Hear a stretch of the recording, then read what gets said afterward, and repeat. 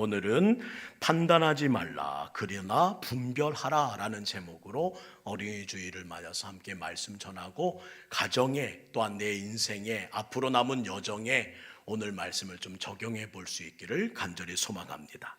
우리는 산상수훈의 마지막 문턱에 서 있습니다. 이제 결론을 향해 달려갑니다. 마태복음 5장부터 시작된 모든 말씀은 예수님을 우리를 더 안으로 인도하고 계십니다.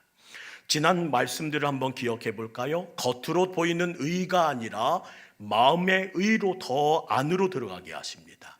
드러나는 경건에서 보이지 않는 곳에서 행하는 은밀한 경건으로 더 안으로 들어가라고 하십니다. 소유의 문제에서 마음의 주인 문제를 다루시고, 염려에서 하나님 아버지를 신뢰하는 믿음으로 나아가야 한다고 더 안으로 인도하시는 산상수훈의 내용을 우리는 살펴보았습니다. 이제 7장에 들어서며 주님은 판단과 분별의 문제를 다루십니다. 신앙생활을 오래 하다 보면 이상한 현상 하나가 생깁니다. 분명 죄에 대해서는 민감해졌는데 내 죄는 둔감하고 남의 죄에 대해서는 예리해진다는 겁니다. 하나님의 말씀을 많이 알게 될수록 판단은 빨라졌고 자비는 점점 느려지는 나의 모습을 발견할 때가 있습니다. 그래서 주님은 산상수훈의 마지막 문턱에서 아주 강하게 말씀하십니다. 비판하지 말아라. 7장 1절을 시작하며 주님은 이 명제를 꽂고 시작하십니다. 이 말씀은 내 신앙의 깊이가 어디까지 왔는지를 가장 분명하게 드러내는 말씀입니다. 우리 마태복음 7장 1절 말씀을 함께 읽고 오늘 말씀을 시작할까요? 시작. 비판을 받지 아니하려거든 비판하지 말라. 읽은 말씀은 성경에서 가장 그리고 자주 오해를 받는 말씀 중 하나입니다. 비판하지 말라. 이 말씀을 이렇게 사용하는 이들도 계셔요. 누가 뭐라 해도 비판하지 말라고 하셨어? 판단하지 말라고. 그건 네가 할 일이 아니야. 신앙인은 아무 말도 하면 안 돼. 누가 누굴 비판해? 이 말씀은 그런 윤리 도덕적인 말씀이 아닙니다. 비판을 받지 아니하려거든 비판하지 말라. 마태복음 7장은 절대 하지 말아야 할 것과 반드시 해야 할 것을 말씀하십니다. 이어 조심해야 될 것과 애써야 할 것을 꾸준히 말씀을 이어가세요. 4가지, 절대 하지 말아야 할 것, 반드시 해야 할 것, 조심해야 할 것, 애써야 할 것을 우리에게 말씀하십니다. 그 가르침의 중간에 좁은 문과 좁은 길의 가르침을 넣어주시지요. 그게 다음에 볼 말씀입니다. 먼저 절대로 하지 말아야 할 것, 오늘 주님은 비판하지 말라고 말씀하세요. 주님이 금하신 것은 판단하지 말라는 겁니다. 판단이 뭡니까? 상대방 위에서 도덕적인 우월감을 가지고 내려다보면서 회복이 아니라 단절을 만드는 것입니다. 예수님은 말씀하십니다. 그 판단이 너희에게도 돌아올 것이다. 누가복음 6장 36절 37절 말씀 볼까요? 오늘 말씀을 더 구체적으로 이렇게 말씀하십니다. 너희 아버지의 자비로우심과 같이 너희도 자비로운 자가 되라. 비판하지 말라. 그리하면 너희가 비판을 받을 것이요. 정죄하지 말라. 그리하면 너희가 정죄를 받지 아니할 것이요. 용서하라. 그리하면 너희가 용서받을 것이라. 같은 비판하지 말라는 말씀인데 누가복음에는 내용 하나가 더 있습니다. 36절. 너희 아버지의 자비로우심과 같이 너희도 자비로운 자가 되라. 하나님의 자비로움을 놓치지 말아야 한다는 겁니다. 하나님의 자비로우심을 놓치는 순간 어떻게 된다고요? 마태복음 7장 2절은 말합니다. 너희가 비판하는 그 비판으로 너희가 비판을 받을 것이요. 비판을 판단이라는 단어로 바꾸어 읽어볼까요? 너희가 판단하는 그 판단으로 너희가 판단을 받을 것이다. 판단은 누가 하는 겁니까? 판단은 사람의 몫이 아닙니다. 의로운 재판장에게 주어진 권한이십니다. 우리는 오늘 하루를 또 살아갑니다. 각자 살아갑니다. 가치 있는 일과 중요하다는 우선순위를 각자가 정하며 오늘도 살아가는 일들을 펼쳐나갑니다. 이 인생의 마지막에 의로운 재판장 앞에 서게 된다는 사실을 모르는 분은 없습니다. 그때 의로우신 재판장이 내가 선택하고 내가 정하며 내가 살아온 각자의 삶에 대하여 판단하신다는 겁니다. 의로운 재판장은 오직 우리 주님뿐이십니다. 그런데 네가 왜 판단을 해? 하나님이 하실 영역을 우리가 침범하는 일입니다. 우리가 알아야 할 것이 있습니다. 내가 아는 상식과 법률적 판단이 너무 다르다는 거예요. 그래서 변호사의 도움을 받는 겁니다. 우리는 우리의 상식을 기준하여 사람을 봅니다. 그러나 법률적 판단은 다르다는 거예요. 얼마나 다른지는 산상수훈만 봐도 알 수 있잖아요. 그리고 판단을 잘못하면 판단의 저울은 항상 나에게로 돌아온다는 것이 예수님이 말씀하신 천국의 헌법입니다. 관리집사와 그 아내와의 두 번의 소송을 진행하는 동안 주변의 목사님들은 쉽게 말씀하셨습니다. 아니 그게 말이 돼? 걱정하지 마. 쉽게 끝날 거야. 우리의 상식으로는 쉽게 판단되었고 쉽게 끝날 줄만 알았으나 법률적 판단으로 교회 생활을 모르는 분들이 보니 이해가 안 되는 교회에 대한 상식들이 너무나 많다는 겁니다. 이건 뭔 얘기예요? 묻기가 일쑤였고 저건 뭘 말하는 거예요? 묻기가 일쑤였습니다. 그래서 쉽지 않았습니다. 그렇게 3년이 넘는 긴 시간을 저쪽 상식과 교회 측 상식을 가지고 함께 조율해 나갔습니다. 그런데 이 지루한 옳고 그름의 지루한 말싸움이 재판장의 판단 하나로 끝나버리더라는 거예요. 기각, 혐의 없음. 그때 알았습니다. 판단자는 오직 재판장이시구나. 판단자가 하지 않은 판단은 무용한 논쟁이요 말싸움에 불과하구나.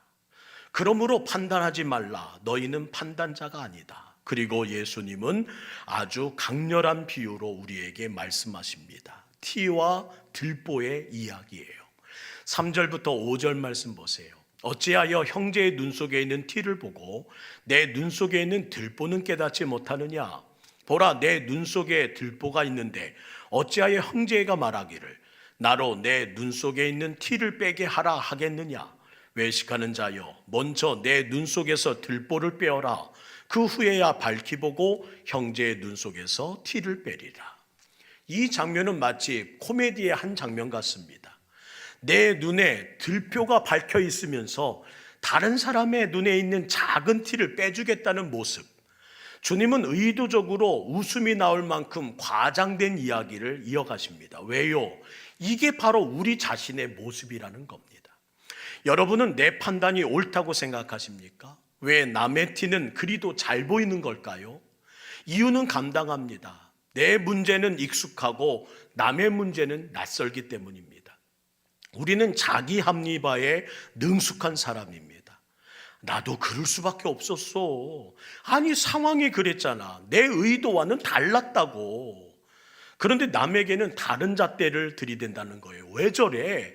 신앙인마저 아유 말씀도 모르나 봐. 이게 바로 들보신앙이라는 거예요. 그렇게 말하는 자를 예수님은 이렇게 부르십니다. 외식하는 자야.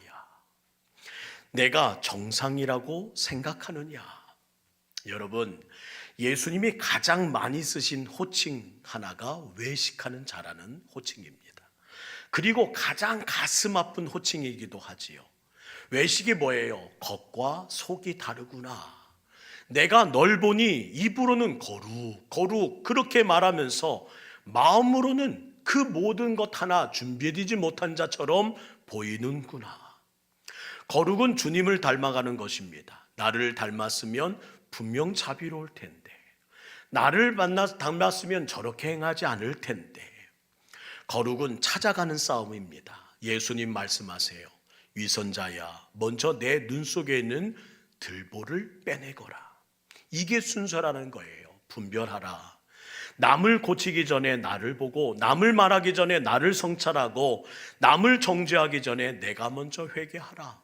어린이 주일 자녀를, 손주를 앞에 두고 살아가는 우리에게 주시는 말씀은 아닐까요? 너를 먼저 보거라. 하나님 어느 길입니까? 어느 길로 가야 내가 더는 나빠지지 않을까요? 그 질문으로 살아가는 영적 어른이 되어야 너희 눈앞에 있는 모든 다음 세대, 모든 하나님의 자녀들에게 바른 길을 보여줄 수 있을 것이다. 판단하지 말라. 그러나 분별해야 한다. 갈라디아서 6장 1절 말씀이에요. 형제들아, 사람이 만일 무슨 범죄한 일이 들어가거든 신령한 너희는 온유한 심령으로 그러한 자를 바로잡고 너 자신을 먼저 살펴보아 너도 시험을 받을까 두려워하거라. 우리 주님은 자기 성찰이 없는 판단을 금지하십니다. 두려워하라고 말씀하세요. 너도 시험을 받을까? 너희도 그 모든 일에 판단과 정죄를 받을까? 분별하거라. 위선자야, 먼저 내 눈 속에 있는 들보를 빼내어라. 그 후에야 밝히 보고. 놀라운 것은 이것입니다. 주님은 형제의 티를 빼지 말라고 말씀하지 않으십니다. 그 후에야 밝히 보고 형제의 눈 속에서 티를 빼리라. 즉 사랑과 겸손으로 접근하라는 말씀을 오늘 우리에게 주세요. 정죄하지 말고 회복을 목표로 눈물로 다가서거라. 이게 예수님의 방식입니다. 마태복음 7장 6절이에요. 거룩한 것을 개에게 주지 말며 너희 진주를 돼지 앞에 던지지 말라. 그들이 그것을 발로 밟고 돌이켜 너희를 찢어 상하게 할까 염려하거라. 주님께서 갑자기 방향을 바꾸시는 것처럼 보입니다. 아닙니다. 예수님은 말씀하세요. 판단하되 하지 말되 분별해야 된다. 어떻게 해요? 개와 돼지처럼 살지 않으려면. 개와 돼지는 누굴 비유하는 건데요? 사람을 비유합니다. 너희 중에는 개와 돼지처럼 살아가는 사람이 있구나. 거룩한 싸움을 하지 않는다면, 하나님의 보호를 추구하지 않는다면 짐승과 다를 바 없어. 저 공중에 나는 새를 봐라. 창조주의 인도하심을 따라 하루하루 열심히 날아다니잖아. 너희처럼은 안 살아. 둘러봐. 너희처럼 쌓아두려고, 그걸 지켜내려고 서로 죽이며 사는 짐승이 어디 있더냐. 주위를 살펴 둘러보라고 말씀하십니다. 그게 사람다움이더냐. 그게 하나님의 형상이더냐. 마태복음 6장 30절부터 33절 말씀, 우리에게 하시는 말씀처럼 들립니다. 함께 읽을까요? 긴 말씀이지만 우리 말씀을 기억하며 아는 말씀 다시 한번 상기하기 원합니다. 시작. 오늘 있다가 아궁이에 던져지는 들풀도 하나님이 이렇게 입으시거든 하물며 너일까 보냐. 믿음이 작은 자들아. 그러므로 염려하여 이르기를 무엇을 먹을까, 무엇을 마실까, 무엇을 입을까 하지 말라. 이는 다 이방인들이 구하는 것이라. 너희 하늘 아버지께서 이 모든 것이 너희에게 있어야 할 줄을 아시느니라. 그런즉 너희는 먼저 그 나라와 그의 의를 구하라. 그리하면 이 모든 것을 너희에게 더하시리라. 믿으십니까? 이 말씀을 하신 후 이어주는 말씀이 판단을 받지 아니하려거든 판단하지 말라는 말씀이에요. 그럼 믿음이 큰 자가 되려면 이렇게 하면 안 돼. 그의 나라와 그의 의를 구하는 삶을 살려면 이렇게 살면 안 된다고. 분별하지 못하면 짓고 싶은 대로, 먹고 싶은 대로, 본능대로 사는 것뿐이야. 하나님도 일하실 수 없는 미련함 얼마나 무섭습니까? 나도 일할 수 없구나. 내가 관여할 수가 없어. 이 사람은 하나님의 훈계를 듣지 않고 자기 뜻대로 결정한 대로 각자의 삶을 살아갑니다. 이 사람은 어떤 사람의 말도 듣지 않습니다. 누구도 두려워하지 않습니다. 두려움을 모른다는 것은 정말 무서운 일입니다. 거룩이 깨집니다.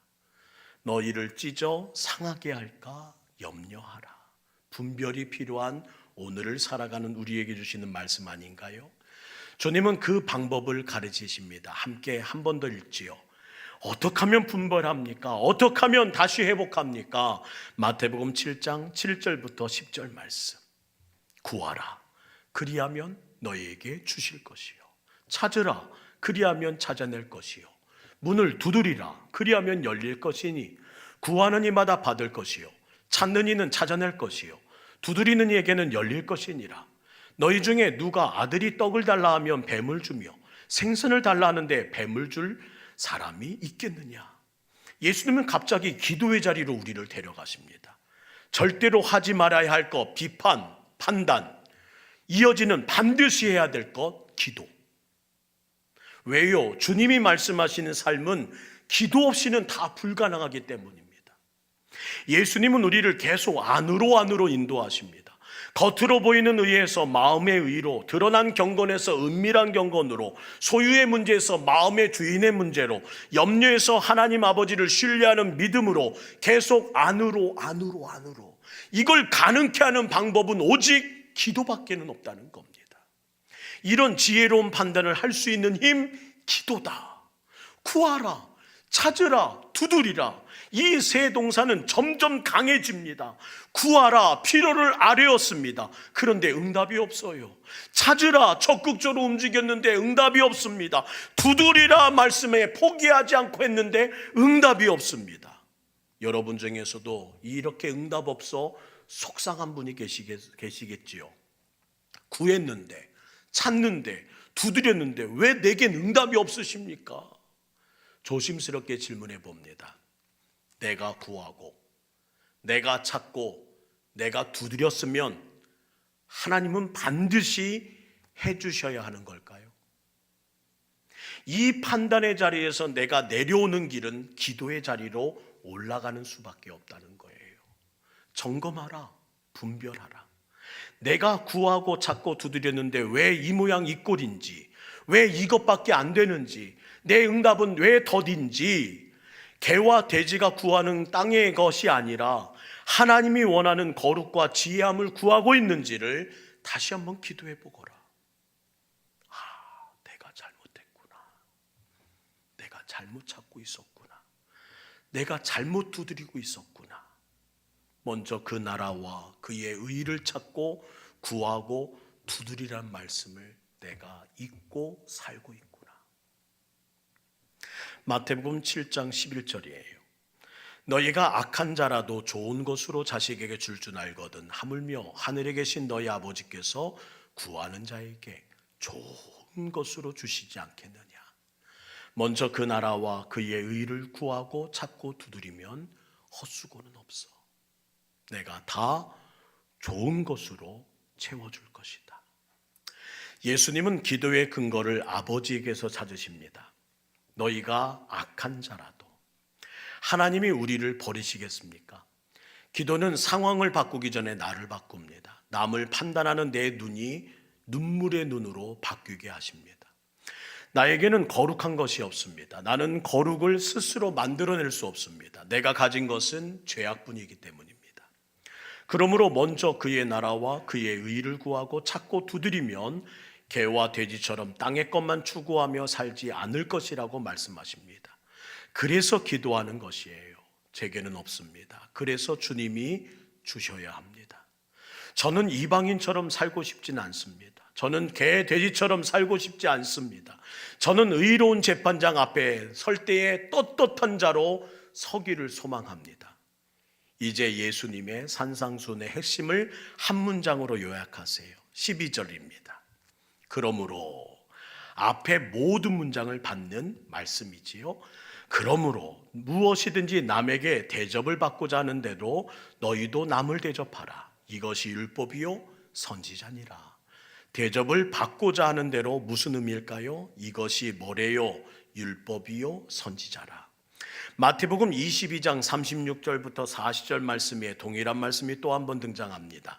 선생님, 율법 중에서 어느 계명이 크니까? 예수께서 이르시되 내 마음을 다하고 목숨을 다하고 뜻을 다하여 주 너의 하나님을 사랑하라 하셨으니 이것이 크고 첫째 되는 계명이요 둘째도 그와 같으니 내 이웃을 내 자신과 같이 사랑하라 하셨으니 이 두 계명은 온 율법과 선지자의 강령이니라. 이 두 계명이 성경의 핵심, 하나님을 사랑하고 이웃을 사랑하라. 이 일을 어떻게? 대접을 받고자 하는 대로 너희도 대접하거라.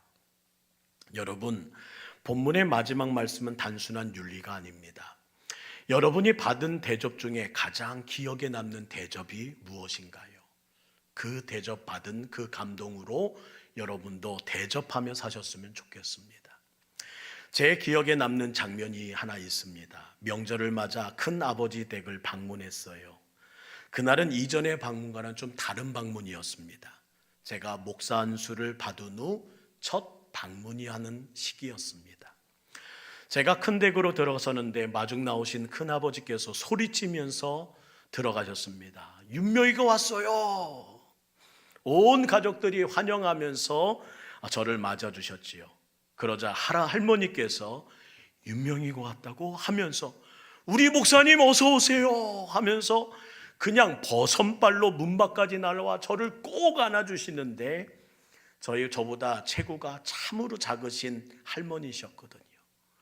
제 허리를 감싸 안으시면서 우리 목사님 오셨어요. 마치 예수님이 방문하신 것처럼, 마치 하나님이 찾아오신 것처럼 저를 꼭 안으시면서 우리 목사님 어서 오세요. 우리 목사님 어서 오세요. 나를 이렇게 반겨주시다니 평생 잊지 못하는 목사 대접이었습니다. 제가 성장해 온 과거와 제 삶은 너무나 잘 아는 가족들에게는 저는 목사라 불러달라고 말하기가 두렵습니다. 너무나 제 적나라한 제 모습을 다 보았기 때문입니다. 제가 한 일과 제 삶의 모습을 따지자면 저는 천국에 가기가 살짝 두렵습니다. 어찌 이런 놈이 목사일까? 어찌 저런 놈이 천국에 갈 수 있나? 근데 하나님이 저를 그렇게 맞아주신다는 거예요. 하나님께서 윤명이가 왔다고 하시면서 달라와 저를 할머니가 안아주셨던 것처럼 꼭 안아주신다는 것이 마지막 날에 저를 맞아주실 주님의 마음이라고 약속하십니다. 저도 하나님께 용서받은 만큼 용서하라. 내가 하나님께 이해받은 만큼 이해하라. 십자가의 삶의 방식대로 살아가라. 이것이 율법과 선지자의 완성이다. 주님의 마음을 놓치지 말고. 우리가 잘 아는 1만 달란트를 탕감받는 자를 기억하십니까? 탕감받았잖아요. 대접받았잖아요. 생각지 못했던 그 모든 사건을 경험했잖아요. 근데 나가서 겨우 100데나리온 빚진 자에게 그걸 받으려고 멱살을 잡았다는 겁니다. 왜 왕이 화를 냈을까요? 그 큰 대접을 받고도, 그 큰 용서를 받고도 너는 그런 대접밖에는 못하느냐? 주님의 마음을 놓치면 그의 나라와 그의 의는 사라지고 맙니다. 가정에서도 내가 만나는 모든 가족에게도 마찬가지 아닐까요? 사랑하는 성도 여러분, 오늘 말씀은 우리를 참으로 불편하게 합니다. 산상수훈은 붉은 글씨로 기록된 말씀을 펼치는 우리들에게는 말씀 한 구절 한 구절이 너무나 불편합니다. 왜냐하면 우리 안에 숨어있는 판단의 본능을 건드리기 때문입니다. 예수님 한 분으로 충분하다고? 그럼 먼저 그 나라와 의보다 너의 모든 것들을 내려놓아야 하는데, 우리는 이 모든 말씀을 알면서도 내 본능은, 내 판단은 먼저 그 나라와 의보다 나는 당장 수십억의 재산이 먼저 있었으면 더 좋겠는데요 라는 마음이 이 안에 가득하기 때문입니다. 한번 제가 말씀드릴 때 솔직하게 대답해 보세요. 남 들리지 않게, 들키지 않게 자기에게만요. 하나님 만나러 오세요 라는 말이 소고기 드시러 오세요 라는 말처럼 반가우십니까? 오늘 소고기 먹으러 와. 그 말보다 우리 하나님 만나러 오세요 라는 말이 더 반가우신가요? 예배 드리러 오세요 라는 말이 유명한 공연 티켓이 생겼으니 보러 갑시다 라는 말보다 반가우십니까?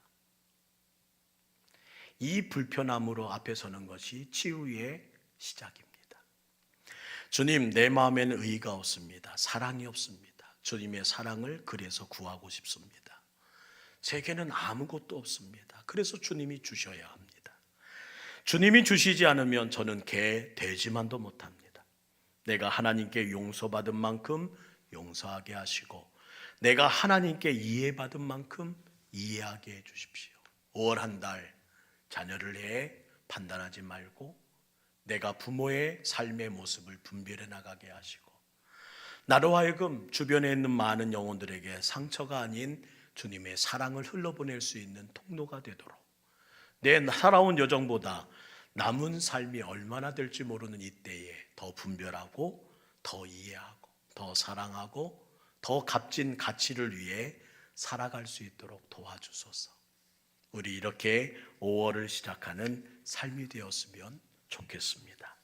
오늘 이 시간 함께 이 가사를 함께 음미하고 싶은데요, 주님 마음 내게 주소서라는 곡입니다. 찬양은 모르셔도요, 가사만이라도 한번 내 기도처럼 묵상해 보시고, 아버지, 나는 참 의가 없네요. 나는 사랑이 없네요. 나는 하나님이 주셔야지만 채울 수 있는 빈 가슴이네요. 그 마음 가지고 오늘 5월 가정의 달을 한번 믿음으로, 애원함으로 시작하기 원합니다. 보소서 주님, 나의 마음은 선한 것 하나 없습니다.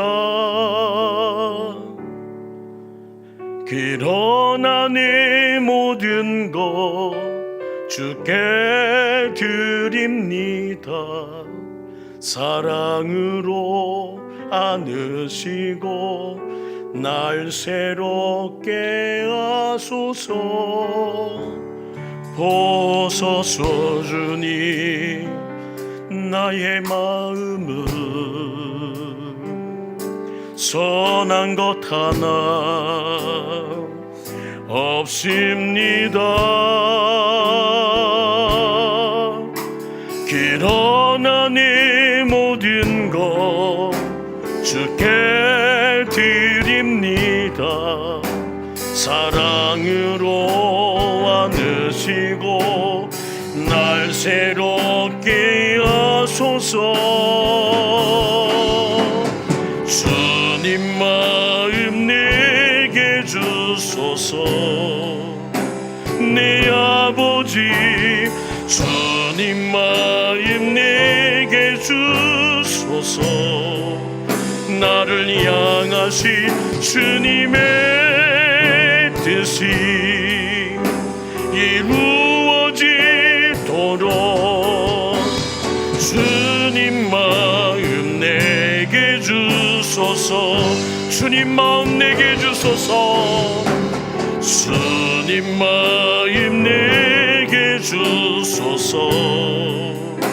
내 아버지, 주님 마음 내게 주소서.